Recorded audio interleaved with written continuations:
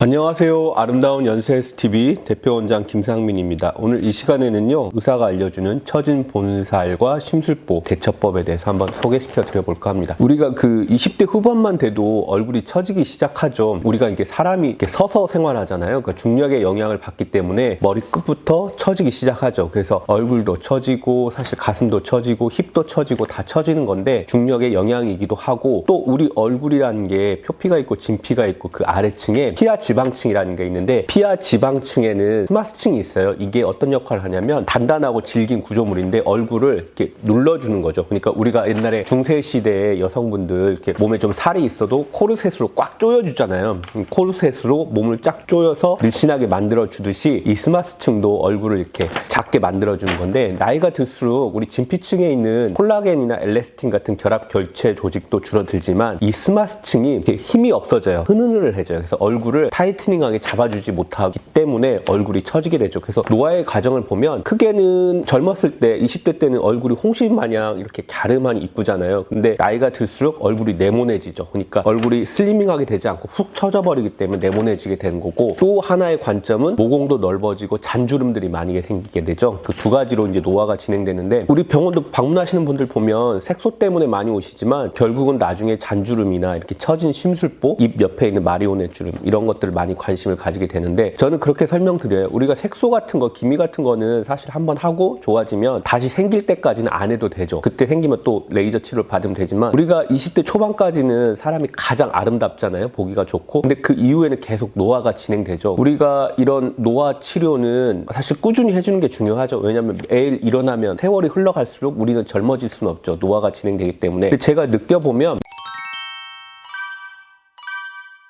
이 노화 과정을 늦출 수 있는 그나마 비의학적인 치료 방법이 두 가지가 있는데요. 하나는 제가 보기에는 얼굴, 몸을 좀 슬리밍하게, 체중을 너무 많이 나가지 않게 유지하는 게 제일 중요한 것 같아요. 이게 뭐냐면, 우리 종이 가방에 물건을 넣을 때 물건을 그냥 가벼운 물건 넣으면 그 종이 가방을 오랫동안 유지해서 잘 쓸 수가 있잖아요. 근데 그 종이 가방에 무거운 짐들을 많이 가지고 다니면 종이 가방이 푹 처지죠. 그러다가 어느 순간에는 밑에 구멍이 날 수도 있잖아요. 마찬가지인데 우리 얼굴도 나이가 들면 우리가 기초대사량이 적어지고 또 저녁에 야식 같은 걸 많이 먹게 되기 때문에 얼굴 살이 많이 찌죠. 얼굴이 무거워지면은 얼굴을 아까 그 지지해주는 구조물들이 있댔죠. 그러니까 진피층에 있는 그런 콜라겐이나 엘라스틴 도 있지만 스마스층 같은 것들이 이 무거운 얼굴 살을 지지해주기가 어려워요. 그렇기 때문에 얼굴이 축 처져버리죠. 그래서 똑같은 40대, 50대 남성이나 여성을 보더라도, 예를 들어서 저는 이제 많이 설명드리는데, 그 연예인 중에 그 남자 배우 중에 정보석님 같은 분들 있잖아요. 그런 분들 보면 나이 들어도 얼굴 살이 이렇게 많지 않잖아요. 그런 분들은 훅 처졌다는 느낌이 별로 없어요. 근데 나이 들어서 갑자기 오랜만에 방송에 안 나오시다 나오신 연예인들 중에 갑자기 얼굴살이 확 늘어서 오시는 분들이 있죠. 그러면 얼굴살이 무겁기 때문에 이 지지해주는 구조물들이 이걸 버틸 수가 없는 거죠. 그래서 얼굴이 축 처져 버리는데, 그래서 나이 들수록 뭐 건강을 위해서도 우리가 당뇨나 고혈압 이런 것 때문에도 소식을 해주는 게 중요하지만, 그것뿐만 아니라 미용적인 측면에서도 좀 체중을 적게 가져가는 게 얼굴이 좀 덜 처져 보이는데 중요하다고 생각합니다. 뭐 야식 같은 것도 적게 드시는 게 좋고요. 또 아침마다 체중을 재어보는 게 제일 중요한 것 같아요. 우리가 이렇게 잠깐 방심하면 체중이 확 늘어버리잖아요. 그래서 어쩔 수 없는 정도까지 쪄버리면 이게 참 힘들죠. 그래서 보통 뭐 내가 이상적으로 생각하는 몸무게가 있잖아요. 거기서 뭐 2, 3kg 정도 오버되는 거는 며칠 정도 이제 간헐적 단식 같은 거 있죠. 그런 거 좀 해주면 또 원래대로 돌아오잖아요. 그래서 그런 것들이 중요한 것 같고, 아까 말한 이마에 생기는 주름이나 미간에 생기는 주름, 눈가에 생기는 주름 이런 것들은 노화 때문에 생기기도 하지만 표정 주름인 경우가 많아요. 그리고 입가에 팔자 주름도 표정 때문에 생기는 분들이 상당히 있어요. 물론 이제 늘어져서 생기기도 하지만 이런 식으로 표정을 많이 짓는 분들이 팔자가 두드러지는 경우가 있거든요. 그래서 그런 표정들은 물론 이제 찡그리거나 눈이 안 좋아서 이런 거는 안 좋기도 하지만, 가끔 이제 스트레스 받을 때 많이 하는 행동들이 있잖아요. 또 이마에 지는 주름도 뭐 습관적으로 이렇게 올리시는 분도 있지만 눈동자가 좀 처져서 그런 분도 있어요. 그래서 그런 습관들은 좀 고쳐주시는 게, 아까 말한 체중을 조절하는 거는 얼굴이 늘어지는 걸 좀 예방할 수 있겠고, 표정을 좀 덜 짓는 거는 그런 아까 잔주름 같은 걸 좀 예방할 수 있다고 생각합니다. 의학적인 관점에서는 이런 것들을 해결하기 위해서